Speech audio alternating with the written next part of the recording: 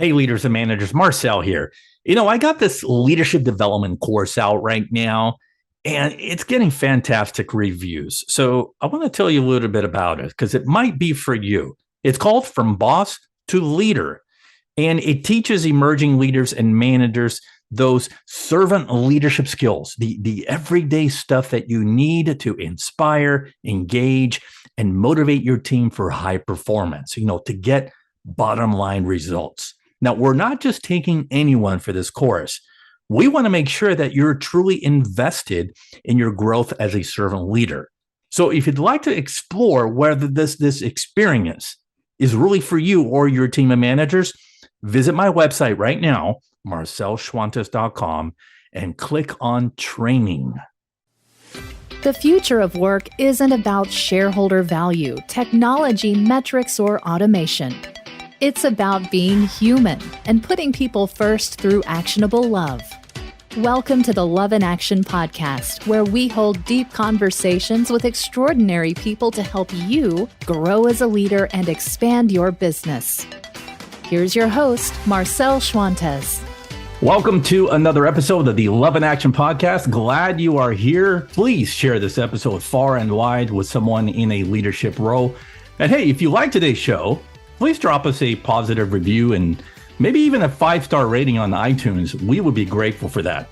So today we welcome Hitendra Wadhwa, Adjunct Professor at Columbia Business School, where he teaches Columbia's most popular leadership course, the award-winning Personal Leadership and Success.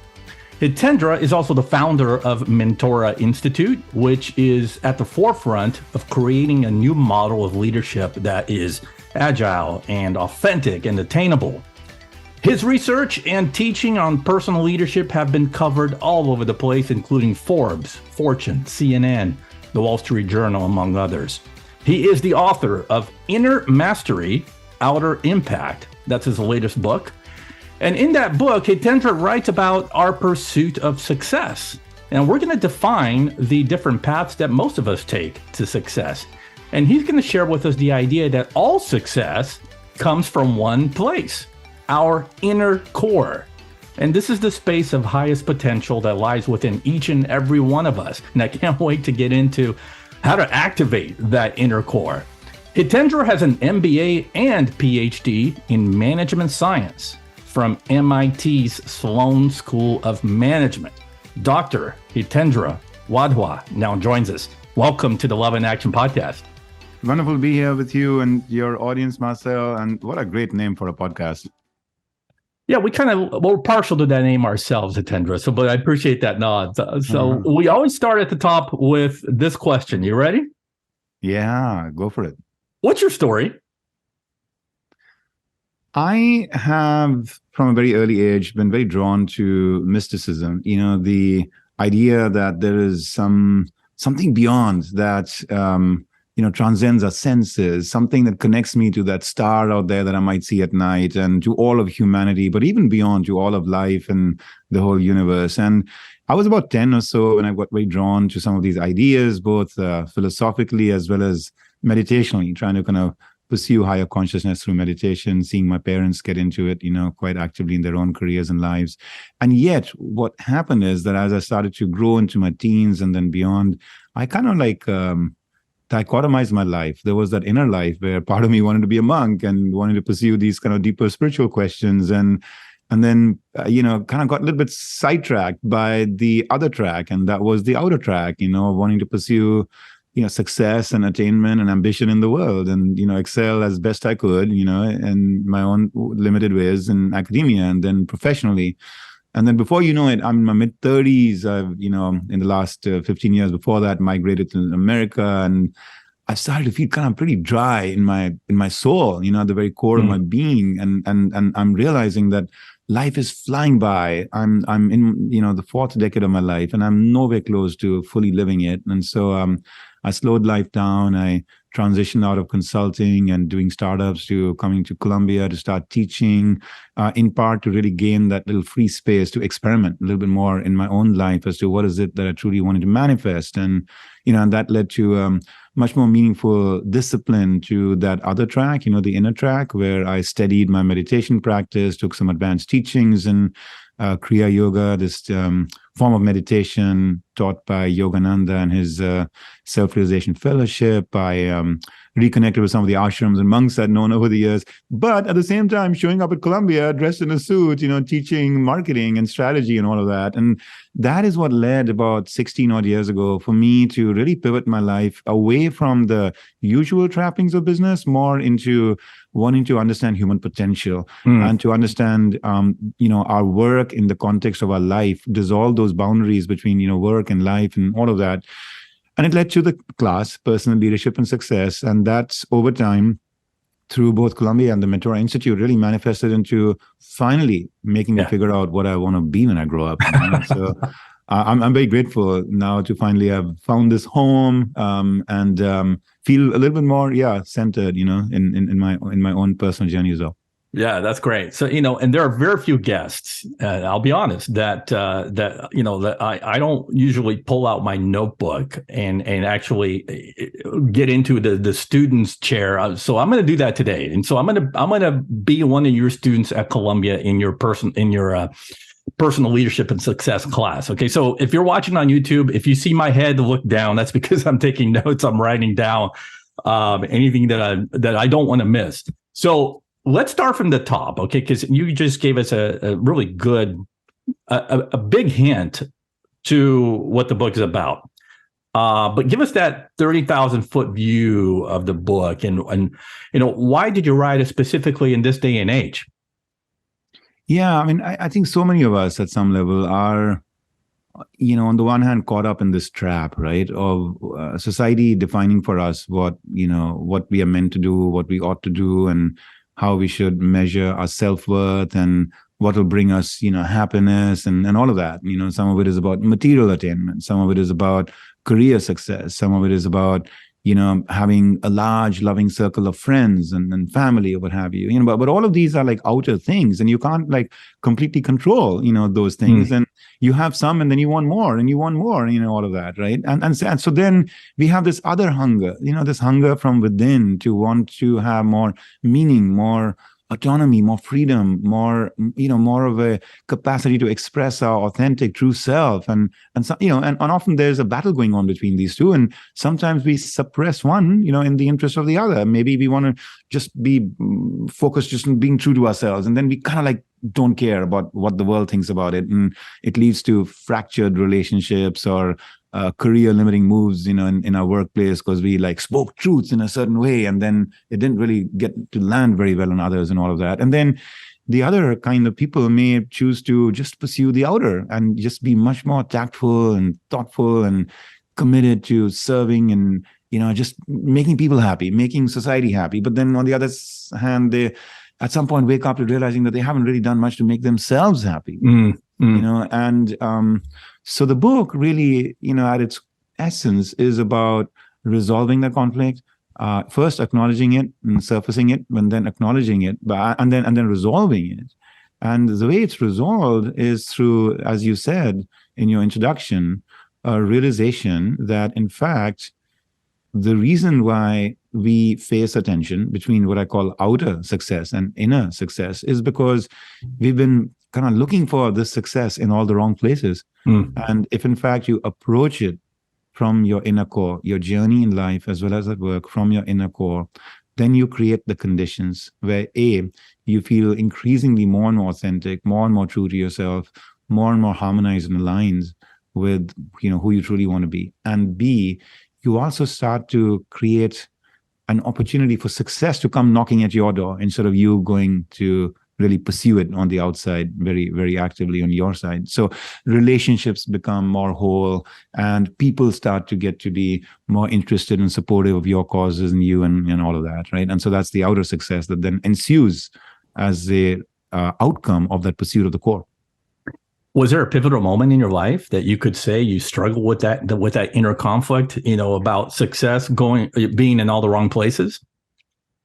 Yeah, I mean, in some ways, that period during my mid-teens all the way through my 20s and early 30s is a period where I kind of a little bit lost my way. I had that core sort of beliefs and ideas from within, from the more mystical teachings that I was drawn to, but I really wasn't doing justice to them in my outer life. I was kind of assuming that you have to choose between either just a radically renunciate like sort of like pursuit of truth in life, or you kind of get embroiled and engaged with all of these outer things, and they just have to be different. So in that period in my early to mid 30s, I reached a certain kind of moment of inner crisis, right, where I just realized, my God, my 20s have just flown by, which means if I just do the math, my 30s will fly by, 40s will fly by, and I only have like a few of these decades, left in me.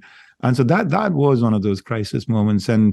And I guess like the way I resolved it was to wake up to the realization that if I assume that I have to spend every hour pursuing my outer ambitions, I'm just never going to make space for my inner life. And instead, what I had to do was just take it on faith. Take it on faith that if I commit to doing the inner work, if I make space and time for it in a non-negotiable way on the inside, even if it knocks off, let's say, a couple of hours in my day, those hours are not like a decrement to the pursuit of outer success, the pursuit of outer goals, how much I can get done on the outside. But somehow the universe will harmonize more with me, and the opportunities will be created where the right work will be pursued and the right outcomes and success will be gained on the outside. I just had to take it on faith initially. Yeah. Yeah. And I'm wondering if you can relate to this. So many leaders, experience that outer success by, quote, climbing the corporate ladder, and, where you achieve the success at the top of the mountain. You got your corner office, you got your fancy car and house in the suburbs, right? So I want to quote you about from your book. And you said this about leadership. And here it is: leadership isn't an outer dispensation. It is an inner choice. The traditional view encourages you to advance your career so you can maximize your moments of leadership.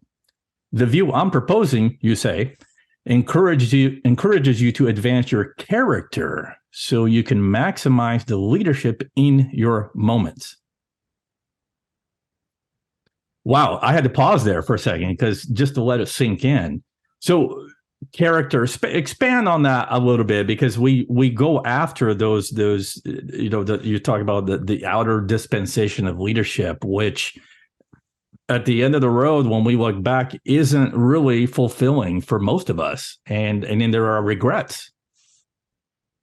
Yeah, I have been really humbled, over these years as I've become more of a student, of these ideas, character and leadership in life, to discover so many incredible stories, as I'm sure you do here with your guests as well, of just like average everyday folks who have in, some moments, sometimes luminously all through their lives, really shone with like an incredible brilliance in terms of the way they've showed up and engaged positively with, challenges and difficulties and opportunities in the world. And as one story, that I share in the book, there was this Secret Service agent who had come to my executive, education class at Columbia, and he shared the story about how one day he and his wife were in their backyard in Washington, D.C., and this man breaks in, from the bushes, and he has a gun with him, and he comes over and points it at them and says, one of you go in and get all your valuables, cash, jewelry, etc., and I'll hold the other one hostage. And he says, here I am, a Secret Service agent, plotting my next move. And then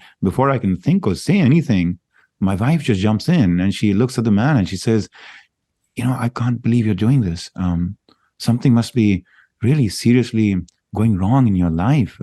Otherwise, why would you take such a risk, on your life, on our lives? And I know that you couldn't feel very proud about what you're doing. And it really concerns me to know that you had to make such a radical move here today. And, my husband and I, we were just going to sit down and drink some wine and eat some, dinner. And why don't you do that? Why don't you put your gun aside? Come here, sit down with us, because I want to hear your story and understand what's going on. I'm really, really concerned.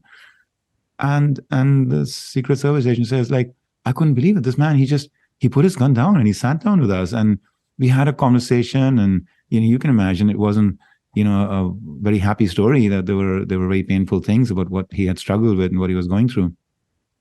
And at the end of the dinner, I mean, he actually was reaching out for his gun, and my wife and I looked at him and said, "Sir, you can leave, but you cannot take your gun."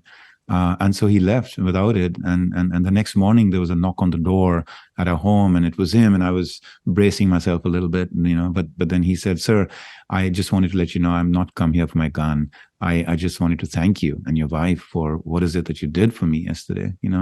So, if you just use that story as an illustration, I mean, clearly the most empowered person, so to say, in that room at that point, or in that backyard was that gentleman with the gun, and then the most skilled and experienced and, person in the room, qualified person to deal with it was like the Secret Service agent, right? But it wasn't these outer dispensations, it was the inner choice made by his wife, that made her in that moment really lead. And right. So that is an example of how leadership, I've discovered through these very humbling and beautiful stories, is really an inner choice. And where it came from, if you think about it, is that, she wasn't really aspiring or pushing herself up some kind of power chain or ladder to want to get more power and more budget, more staff and more titles and all of that. She basically had a certain quality of character that allowed her to pierce through this outer kind of, very disturbing, conduct of this man to the inner purity of what he must have that has gotten a little bit soiled and ragged in the context of the kind of life he's been leading. So that quality of character in her that allowed her to see that quality of character in her that allowed her to have the courage to speak, to actually care for him, to empathize despite the context, to, in a relaxed way, sit with him, to learn more about him, to lead the way for all three of them in that very strained and, life-threatening situation. I mean, that allowed her to maximize her moments of leadership, as in, or maximize the leadership in her moments, because even in a moment like that, when nobody expected her to lead, she just led. So if you and I and all of us took that attitude, that life in all moments, in all situations, even in the tenderest, most, happenstance moments of connection with our family, or in the most official moments, in the highest, stress moments, it's just inviting us to do this one thing, bring out the best in others and bring out the best in ourselves. Yeah.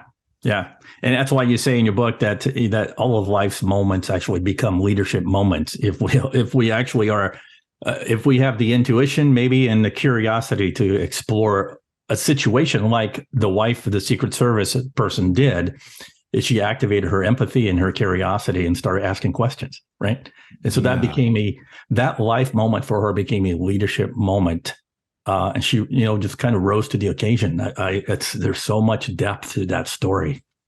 Thanks for sharing that. Yeah, no, thank you. I mean, I love the way you just analyze it, because see, these stories are not unfamiliar to us, our listeners and others, right? Like we come across them sometimes in our own lives and sometimes, in the media or in a book. What I found really helpful, and that's an encouragement I want to offer our listeners here, is to really pause when you hear a story that stirs you from within, and to almost like slow down and watch it frame by frame, revisit the story, analyze it frame by frame, put yourself in the other party's shoes. What would you have done? And now what did they do first? What did they do next? Literally almost like sentence by sentence, tune into the energy in that moment and what might be happening and what choices they were making. And when we do that, these stories become very instructive. And we start to realize that, wow, actually there is an underlying, secret code or craft here that you and I and all of us can learn.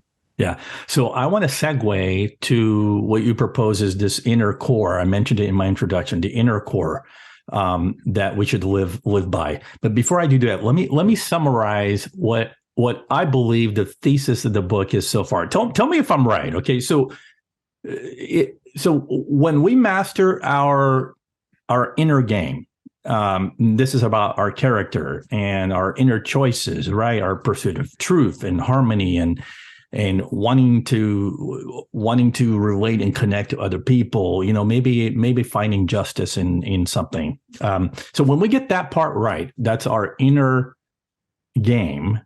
We are then free to master our best outer game, and that's the impact that we have on the outside world. Is that a fair summary? That's a beautiful summary. It reminds me of this quote that I have, from Lao Tzu.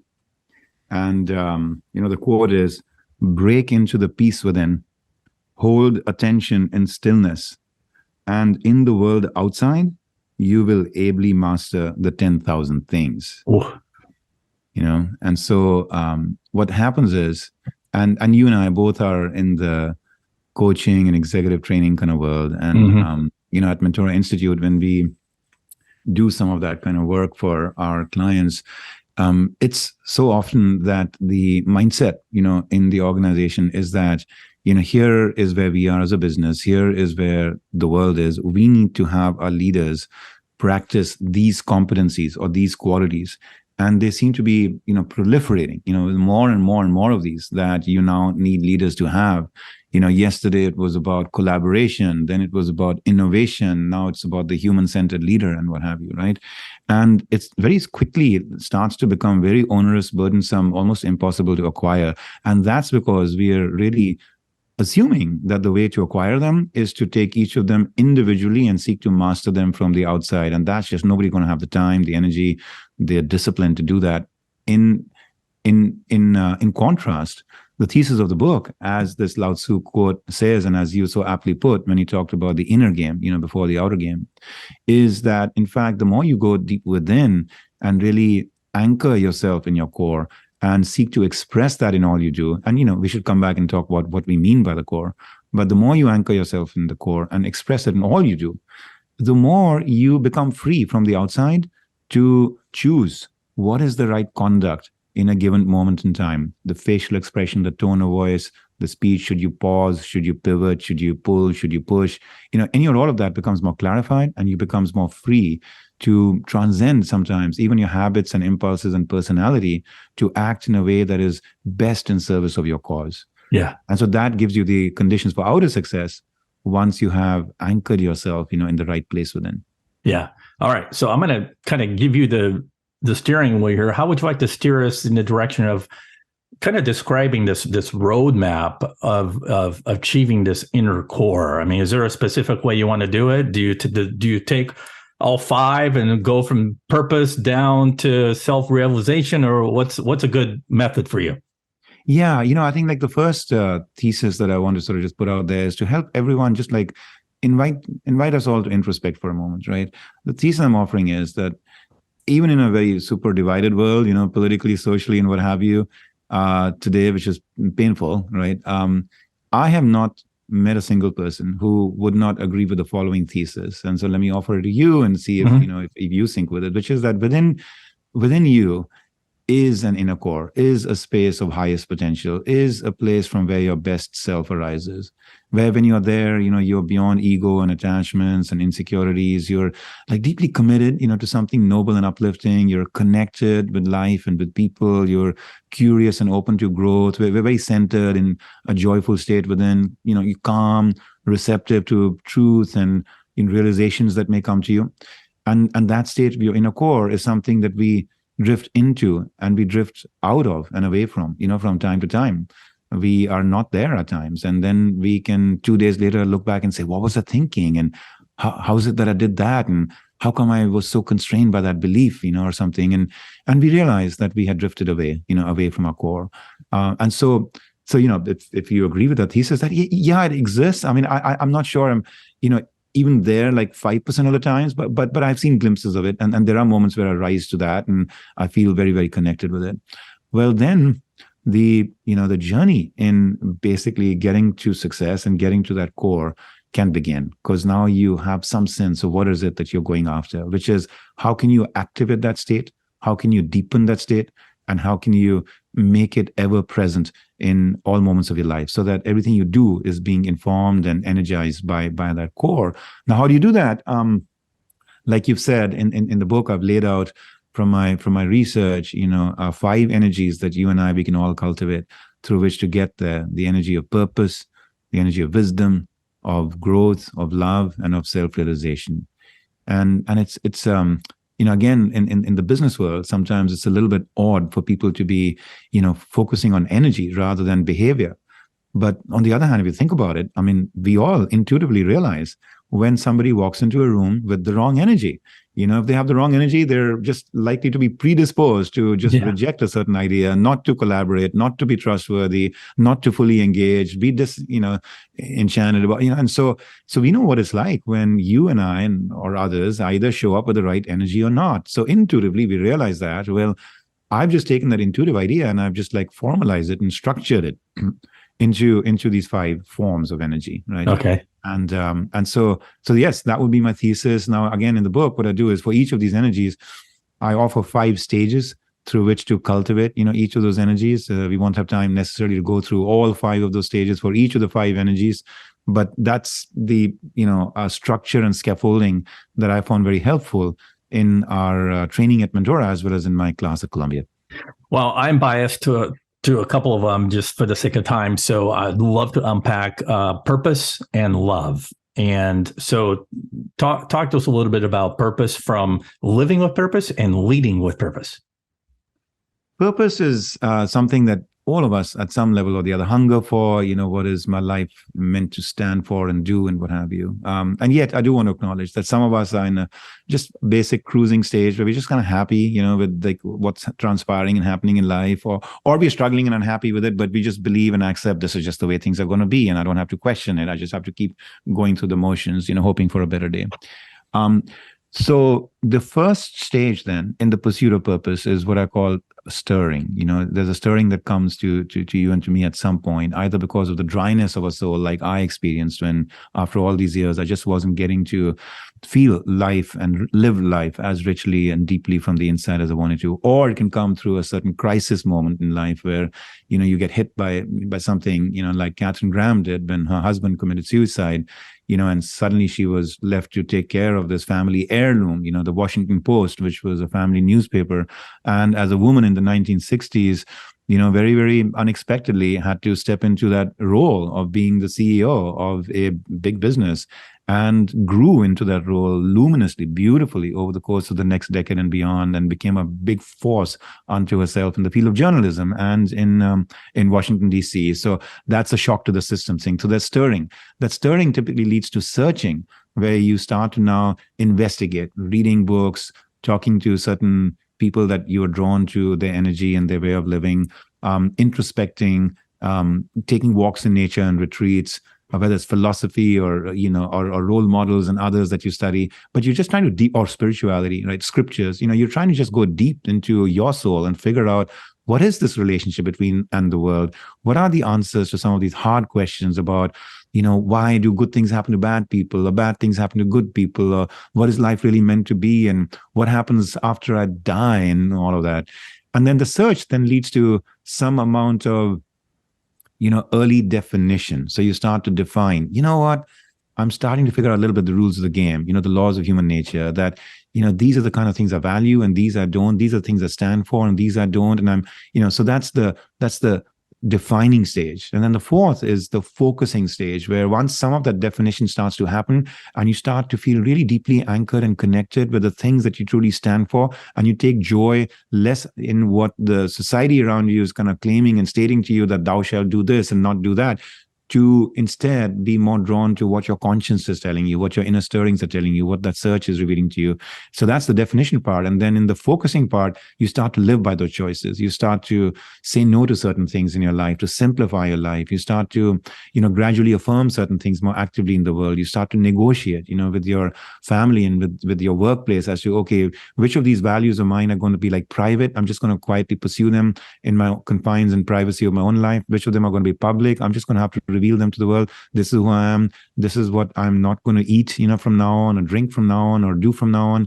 And then that focusing, ultimately, if you stay committed with it, should lead to the ultimate final stage of purpose, which is fusion. And fusion is this magical stage where everything in your life, every moment is imbued with purpose, and it's kind of a unified purpose. It's not a bucket list of like 17 things that you need to achieve or do, and it's not you trying to be, a good boy or a good girl, and just trying to get to do everything. At the same time, you made peace with the fact that your energy is, and your physical state and your capacities are bounded, on planet Earth, and you have only so much time. You made certain choices. You are completely fused and committed to those choices. choices, and everything that you do will be informed and guided and inspired by those choices. And that's a beautiful stage to reach. For so many of us, we haven't reached that stage because for whatever reason, whether it's lack of resources, our upbringing, self-limiting behaviors, whatever. But can anyone pursue this purpose-driven path in life if they choose to?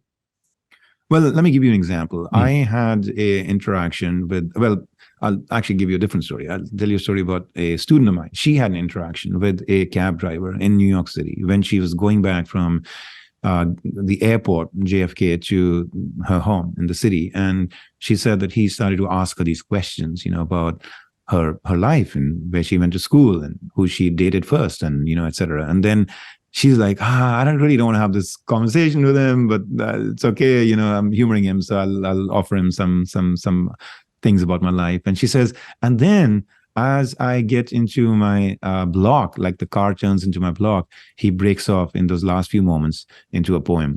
And it's a poem about me, about my life with all those things thrown in. And she said, I'll never forget that moment. It was so sweet. And I share that story as a way to help us appreciate and understand that, this man in that moment, was he really seeing himself as a cab driver? Was he seeing himself as an entertainer? Was he seeing himself as a connector? Was he seeing himself as a creative, a poet, an artist, a student of life? Like, who knows, right? But somehow he had this elevated sense of values in him, and he just wasn't going to allow the seeming confines of his material conditions to limit him from fully expressing that value, right? And so to that end, the thesis I want to offer to us is that we may be restricted in terms of what you just asked by our own imagination. What is it that we can manifest and do in the present moment in the circumstances that the universe has put us in? Now, I think it's a great idea for you and me to aspire to improve our circumstances and conditions. If we find that there are things we want to get to which will allow greater outer expression of our purpose and our values, and that's kudos to you. Change your career, pivot into a whole new direction, move to a different city, even walk away from certain individuals and more towards, certain other people in your life, as and when you can, if that's the right thing for you. But from time to time, we are going to be restricted to having to work on that project or in that profession or in that organization, or to have these people in our family, or, live in this neighborhood and what have you. And, I can tell you story upon story, like that cab driver story, that reveals the untapped potential that we have in those situations to still ask ourselves creatively, what can I do to reorient, my relationships with people, to redefine what the real task is that I'm here to perform, and to, rethink the meaning behind what it is that, I'm called to do here. Just like that cab driver made his meaning to be about connection, upliftment, and inspiration, changed his task to be about poetry, and his connection with his passenger not to be just one of being the driver. This one's going to stick. We are restricted by our own imagination. So I'm going to remember that. All right.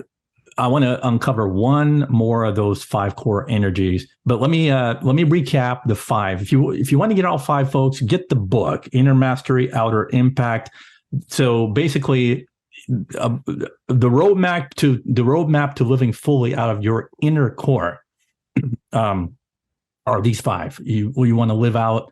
In other words, you want to be able to express these energies in everything we do. Okay, purpose, wisdom, growth, love, and last but not least, self-realization.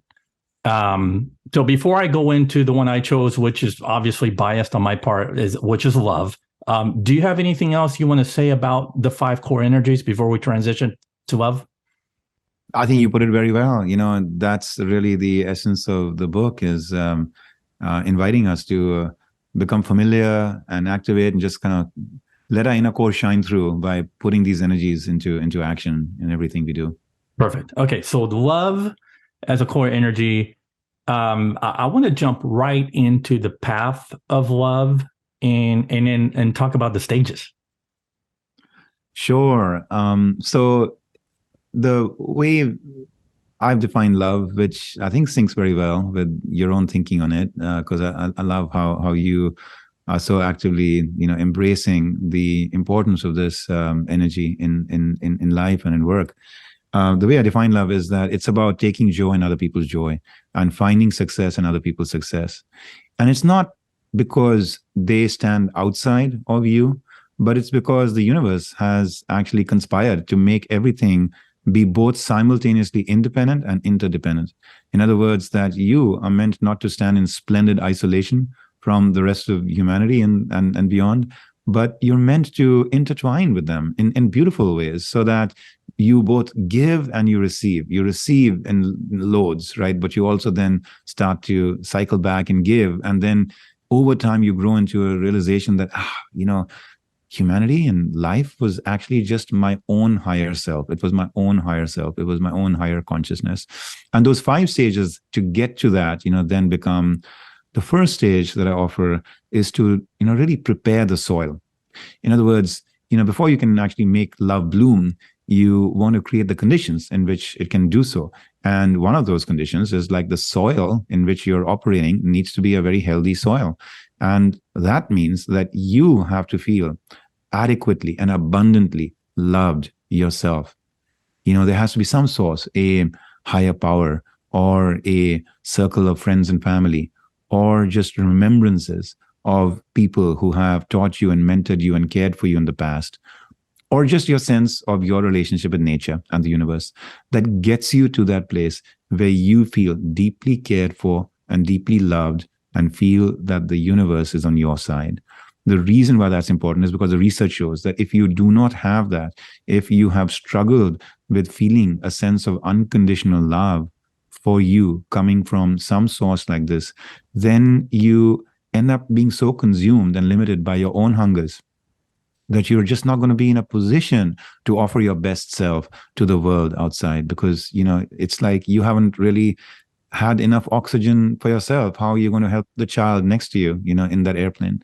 And so, get to form some relationship with either people around you or role models and mentors from the past, or just the universe at large. So that's the first one, prepare the soil by feeling adequately loved. As Mother Teresa once said, she said, you cannot give what you do not have. The second stage, of love then is to sow the seeds.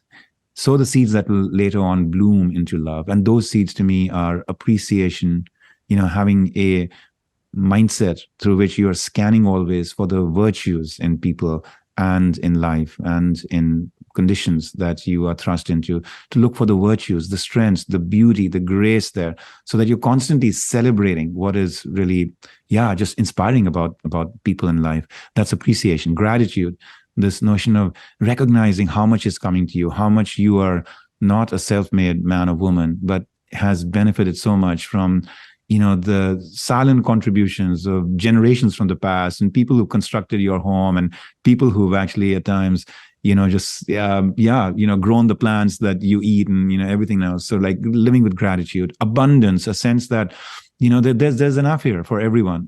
As Gandhi said, the world has enough to meet everyone's needs, but not necessarily to meet everyone's greeds, right? So how can you have that abundance mindset that there's no, just because you help others or do for others or help them progress further in their life doesn't mean that you're going to in any way be stifled in your own growth.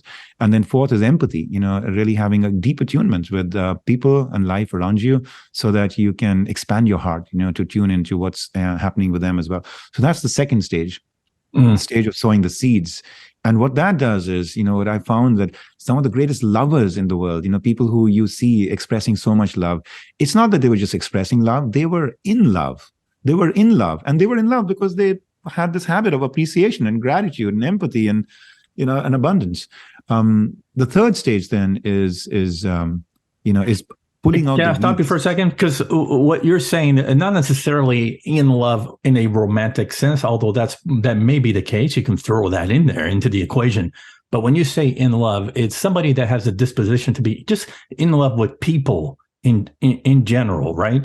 When you walk out, when you go out into the world, you don't have you assume positive intent and you express your love for others by planting those seeds that you just mentioned: gratitude, appreciation, empathy. Am I tracking here with when you say you have to be in love?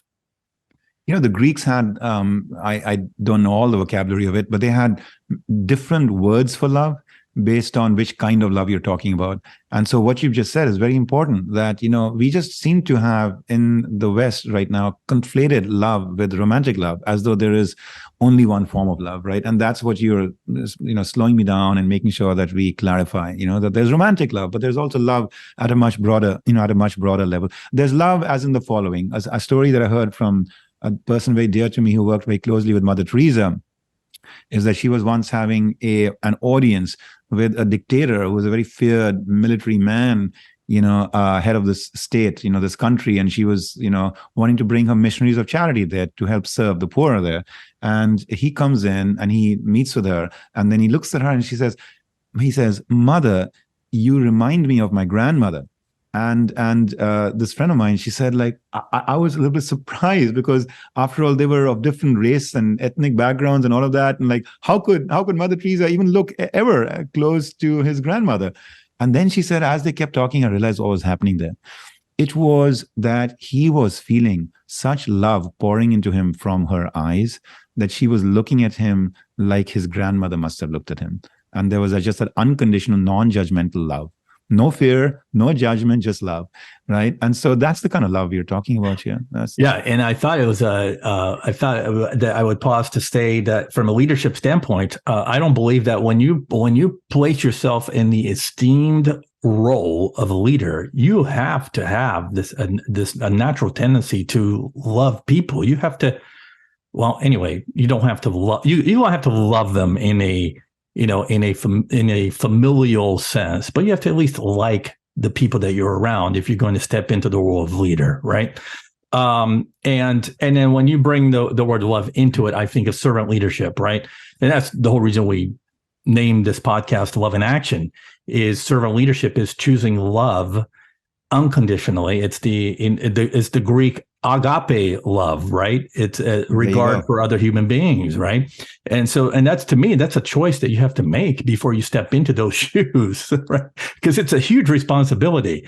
And I think that if we have more leaders that were able to love in the sense that you're speaking of, as that inner core that we have developed, that inner core, we would have less turnover in the world, less conflict, less, quiet quitting and all of this stuff that we're seeing now. Great resignation.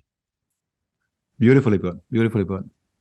Yeah. And these are the small steps we can take. We just talked about sowing some of those seeds. Just practice more appreciation, practice more gratitude. Gradually you just naturally grow into feeling that kind of loving connection with others.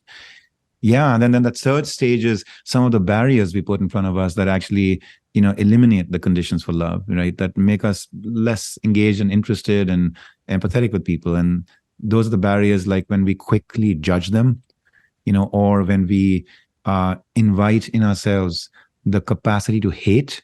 And the provocative thesis I'm making in the book is that when you hate or develop the habit of hate, even for some small community of people, some individuals or some groups, because you stand so vastly opposed to them in terms of the values of behavior, that's a very dangerous place to go. Because you have trained some neurons in your brain to specialize in that activity of hate. Hate means that you're taking pleasure in somebody else's pain.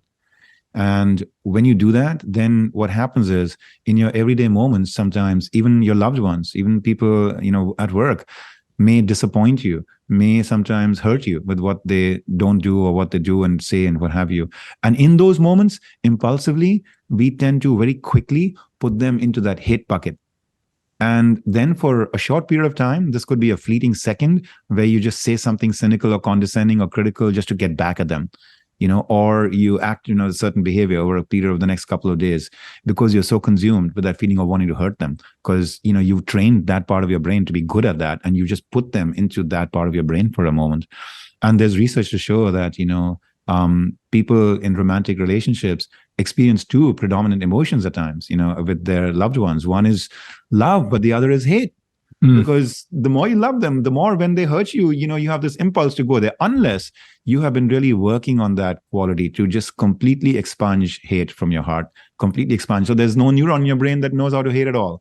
Yeah. So those are the weeds we have to pull out: judgment, hatred. And the third one I put out there is grudges. Anytime you feel hurt or mistrusted or betrayed by somebody, we can choose to do what we need to from the outside. I call that like the choice of whether you should forgive from the outside or not. But from the inside, there is just no logic for holding on to that grudge. There's just no logic that will be of, support and service to you. And so the capacity to forgive from inside, to keep your heart really pure, becomes a critical enabler, a weed that you want to pull out, this grudging weed, so that you can, really, again, create the conditions for love. And then the fourth stage is I call that pruning the branches, because you got to make love strong. You got to make love viable. And every now and then with a plant, you have to prune the branches. And with love, what that means is that you don't want to be a doormat. You don't want to have people take advantage of you. You don't want to give so much of yourself that you haven't made enough time for yourself to preserve what you need to do to nurture your own spirit and rejuvenate yourself. And so making the hard calls, making the hard decisions, taking kind of space and time for yourself, putting certain boundaries in place, learning to say no to certain things, all of that. That is a critical also component of love, because what you want to do is infuse that energy of wisdom and purpose and growth into your love energy, and make it more complete that way, so that you're looking out for people's long-term interests, not just for the immediate gratification. You're looking out for the collective interest for a team or society or family, not just for this one person who is in front of you, who you want to please, etc. So that's the pruning of the branches. And then the last one, which, given the title of your podcast, is so resonant, right? The last one is to make love bloom. And once you uprooted the weeds and put the seeds in and prepared the soil and all of that, you make love bloom. And you do that by putting love into action. And not just that, but putting love into every action. And that means that never allow yourself to be paralyzed. That, oh my God, my company is going through layoffs. I'm this manager. I have 200 people under me. I have to lay, 20% of them off. That's the order that I'm getting from senior management. And so there's no way I can be loving right now. No, find a way to put your love into action. One of the CEOs of an organization that, I was working with said that he had in the past had to go through a painful downsizing. And what he did in that moment is that he shared with all his managers who had to do that move with one or two of the direct reports, is he said, I want you to do that with love and care and grace. And then what I want you to do is 6 months from now, put it in your calendar that you're going to reach out to this individual, invite them out for lunch. Hopefully they give you that opportunity, and sit down and check in with them and ask them how they're doing. And if there's anything that you can do practically with our resources or with yours to be of service to them, to be of help to them. So that was one way of putting love into action, even though you can't perfectly solve every problem. Yeah. Something interesting that I want to uncover with you here, and is the sequence of your stages. So you said, we prepare the soil, that's stage one, and then we plant the seeds, and then we remove the seeds. Remove the weeds, that's stage three. Some people aren't even able to see they aren't even able to prepare the soil to put good seeds of gratitude, appreciation, empathy, because there's so much weeds in the way, the weeds of hatred and grudges and judgment.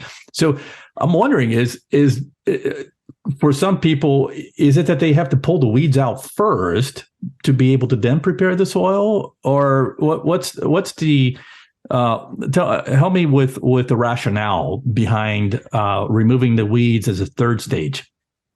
Yeah, it's a great point. I am not going to claim any kind of authoritative sort of, position on this. And so, I perfectly respect and appreciate, that some of us might find it most practical to start with stage 3 instead of stage 1, or stage 2. And I invite readers, in the early, part of the book to be open to that self-reflection and choice making on their side. At the same time, I'll tell you what sort of led me to talk about preparing the soil as stage 1, and then the uprooting the weeds became a later stage. So Malcolm X, I'm fascinated by this man, an incredibly charismatic and fierce and purpose-driven life, one that paralleled in many ways Martin Luther King's, for around the same era, 50s, 60s, and both son of, ministers, preachers, both pursuing civil liberties in America. One taking the path of love and more inclusive invitation to all of America to rise to, the better angels of his nature. The other one, kind of creating a little bit more of a divisive view that, look, I mean, blacks are just going to have their own unique identity and whites have theirs, and the whites are the devil and they've done all of these terrible things, to the blacks for centuries. And the only way to get out of that is to assert and to do so from a place of recognizing that we have to just fight for ourselves as the black community. And, he went through tremendous evolution and reform, Malcolm X, which is why he's somebody who really inspires me.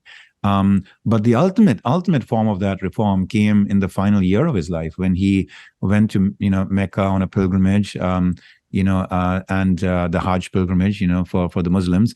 And somehow there his heart melted. And he just felt so deeply connected with the universe, so deeply loved.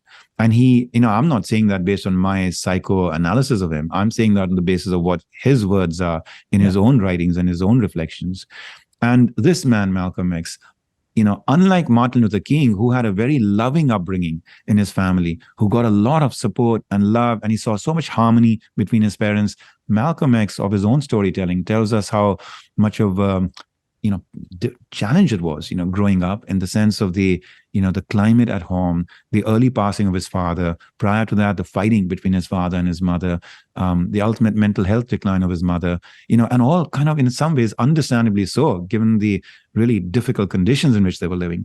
But coming from that paucity, that poverty, of the heart, from those early years, it kind of like got him to this place where he just didn't have the capacity to fully embrace, right? I mean, he was embracing the black community, but he wasn't able to fully embrace. But when he went on that Hajj, something melted and changed, and he came out a reformed individual and became so much as closer to his fullest potential and his core. And he said, I have changed. I've always had the courage to change my mind. And I now don't see the world as black and white. I see it as one unified humanity. And I see as much goodness in many of the whites who are fighting for our cause as well, et cetera, right? And so it's so beautiful to see that final stage, the final chapter of his life, painfully so cut short by his assassination at the age of 39, just like Martin Luther King lost his life, coincidentally also at the age of 39, also to an assassination. So, if you look at that Malcolm X story, I have to confess that, like, to me, what it reveals is that there was something that happened where he just started to feel so loved by the universe that from there on, he just couldn't help but just also love the universe. Yeah, that's good. That's good. Hitendra, I want to just touch a little bit more and just dig a little deeper. No pun intended here. We're talking about soil and removing the weeds, but I want to get to the point where we actually remove the weeds. So I'm stuck on stage 3 only because I see we're in unique times right now. We can't have a normal discourse with neighbors, coworkers, without conversation becoming politicized. And it seems to me that this whole divisiveness that we are seeing now, where we can't come to the table, is coming from a place of hatred and holding grudges against somebody that doesn't think like we do or believe as we do, right? And so there's a lot of weeds, and I think the weeds are so tall we aren't able to see over them to the other side. So I want to ask you for actions or things that we need to do, whether it's a positive psychology hack or something that points the way forward to just chopping down those weeds so that we are able to get to the point of having good soil to plant good seeds. So how do we remove the weeds when everything is so charged with hatred right now? Yeah, it is something that causes tremendous pain to me. I moved to America in my early 20s and have over the years gained so much from this country, gained so much from even the inspiration I have of the growth and evolution, of democracy in America, and to see it start to flail about in the present conditions, both at an institutional level, societal level, but also at an individual level and home level, with the increasing, mental health and drug addiction and other crises that we are being hit upon by. It just reveals to me that somehow there are some things we have been doing right always, and then there are other things that probably are in need for reform, are in need for reflection and a humbling, of our worlds to recognize that some things need to change.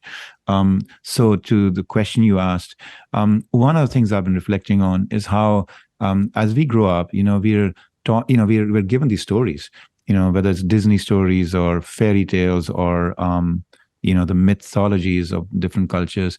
And essentially in these stories, you typically have the good guys and the bad guys.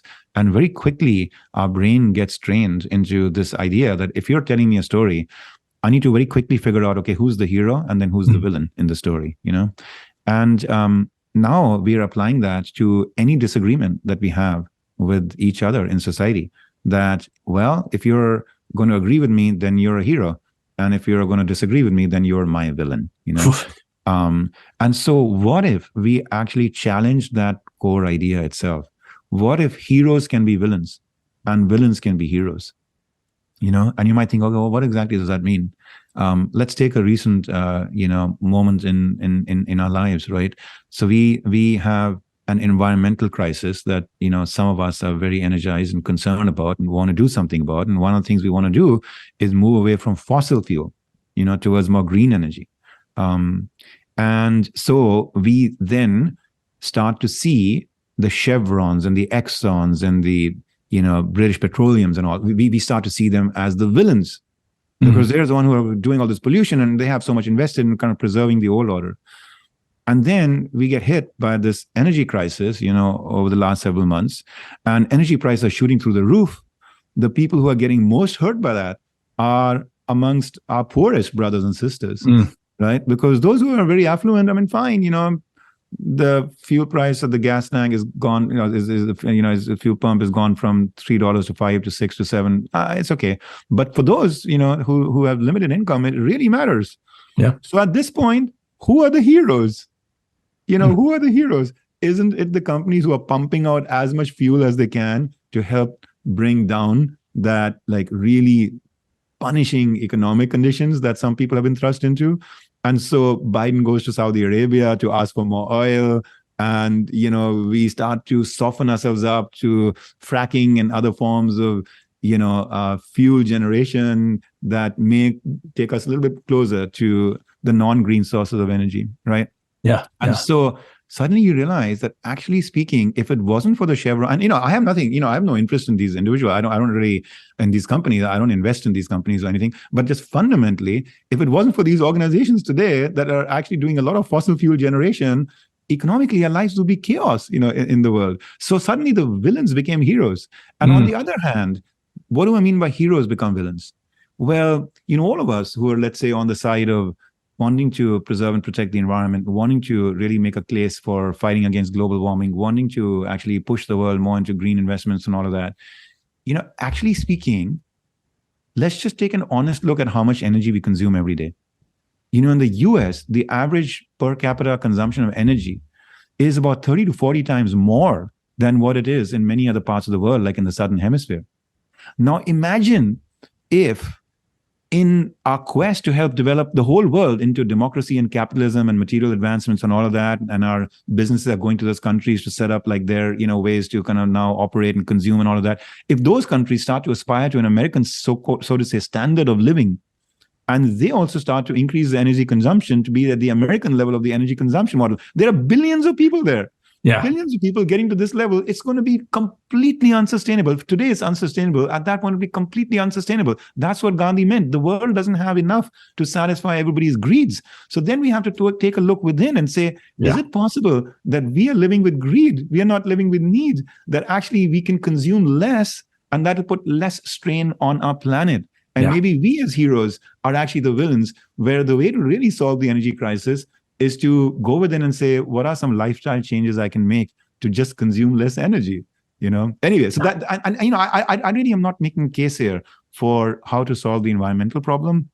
I'm just making a case here for what value there is to shake up and wake up a thinking once we start to see things in more nuanced terms, less in black and white terms, less in quick rush to judgment terms, less in sort of the bad guys versus the good guys terms, and more from a place of humble curiosity to see things in a more textured way and recognize that truth is more nuanced than this quick kind of way of dichotomizing and polarizing the world. Yeah. We're all entrenched and waiting for the bomb to drop. We need to come out of our trenches. And, I'm going to bring this full circle by saying something that you said earlier. We are restricted by our own imagination, and I'll even say by our own worldview. Yeah. And we need to break out of that status quo. That's so beautiful. Beautiful. Yeah. Wow. Well, as we wind down here, I always ask this question. What's your ultimate hope for people reading your book? Yeah, my hope is that you find something in it that deeply connects with your soul, and that it invites you to take on some one practice from any of the 5 energies that you want to make your own. And that you look back 2 to 5 years later and realize you went back and reread certain passages in that book a few times, and over time started to not just read and intellectualize, but live those ideas in your own life. Yeah, that's great. All right. We always ask our guests the leadership love question. And so I pose you the question. It goes like this. Of all the ideas that we discussed, or maybe something that we haven't covered yet, in your own words, how do we lead with love day in and day out? Yeah. Dr. Robert Pearl is the former CEO of Kaiser Permanente, and he's doing some beautiful work around challenging and advancing change in the healthcare industry. And he's written a book called Uncaring. And so I'm going to quote from him really, where he says, we're not really training our medical school students and preparing them to be doctors and nurses and all that in just the ideal way, the right way. We're giving them a lot of science and technical training. But what about, in some ways, the training of the heart, right? Training of empathy.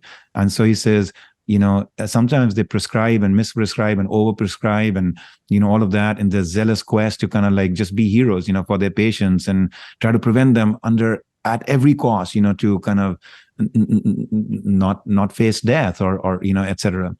And he says, like, what if, we were to train them to just look at the person in front of them that they're serving in that moment and advising and guiding as a doctor, and just ask themselves, if this was my sister, if this was my mother, if this was my daughter, how would I be dealing with her? What would I be saying to her and doing with her? And so I think that's my invitation for us, to put our love into action, is to, think about, a person that you have just deep love and affection and caring for. And then when you see the person in front of you, visualize that if this was that person, how would you want to act with them? Beautifully put. All right. We bring it home with 2 questions, as we do with every guest. Personally, Hitendra, what's really tugging at your heart right now that you would like us to know? It's what you talked about, this fraying, of the fabric of society that we are, kind of seeing. And it's tugging at me because I see so many possibilities for America to continue to rise to a next level of greatness. When Abraham Lincoln, in his pursuit of trying to keep the country united and, work on the dissolution of slavery, when he was kind of doing all of that he was doing, he had this idealized view of a democratic nation and ultimately a beacon of light for the world that would be a place where everyone had the right to rise. Everyone had the right to rise. And he realized that it wasn't going to be all achieved in his own life, that he was just merely going to play, a certain small little role and then pass the baton on to the next generation. And of course, that baton has kept getting passed on, and now it's passed on to us, and we will pass it on to the next generation. But let us recognize and aspire to that idealized form, or whatever it is that you think is a world where people live in harmony with each other. But most importantly, it starts with living in harmony with yourself. And so the talk that I'm going through is, what is it that we are going to do in this moment of time? How do we show up, and how do we relate and collaborate in order to take the world within our families, our communities, within our teams, within our organizations, in whatever sphere of influence that you have, to bring it a little bit closer to that idealized version that you are most inspired to make happen for the world. And finally, you get to close us out your way with that one key takeaway to keep us inspired.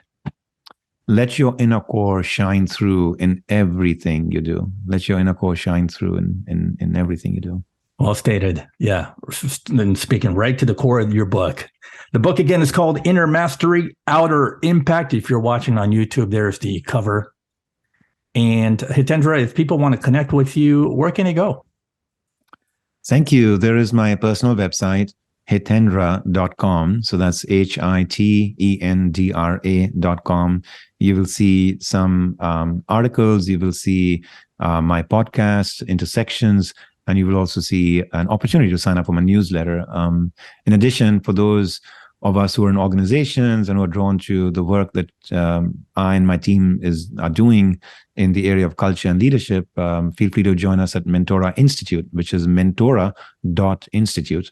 And then also a foundation through which we are working towards building change makers for today's time. We have a youth change maker program for college kids that just got launched. I'm super excited about it, deeply committed to it. And so if any of you have college-going kids or you are college-going yourself, feel free to explore mentora.foundation to see if there might be an opportunity for you or your kin to be involved with our foundation. I said I was going to take notes, and folks, I wasn't kidding. It's about 1 page deep. Can't tell there on the screen. But Hitendra, it's been such an honor and a pleasure spending time with you today. We're all better for it. Thanks so much. I'm very grateful. Thank you too. And all the best to your listeners and your paths to pursuing both inner and outer success. I appreciate that. And you can keep the conversation going on social media and comment on this episode with hashtag Love in Action Podcast. And as always, look for the show notes to this episode, which includes all of Hitendra's contact information, website, etc.